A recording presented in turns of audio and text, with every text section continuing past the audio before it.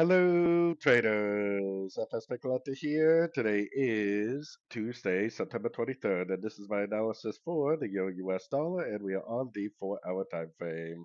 So, anyways, on the Euro dollar, to me, this looks like a nice impulsive move down. It looks like the possible end of a wave C of wave B. I think we're possibly now going down for a big wave C on the daily time frame.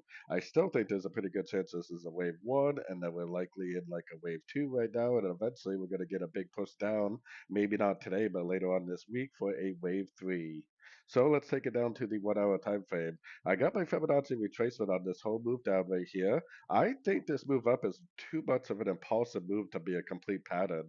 I think this is going to end up probably doing something like this, maybe pushing up to like the 61, or maybe retesting the 50%, making more of a complete, three wave ABC type pullback before we potentially get another entry to go short, hopefully for the end of a wave two and the beginning of a wave three, like I was explaining on the 4 hour time frame. So, anyways, don't forget to check out my website linked over here in the corner. And as always, thank you for watching and happy trading.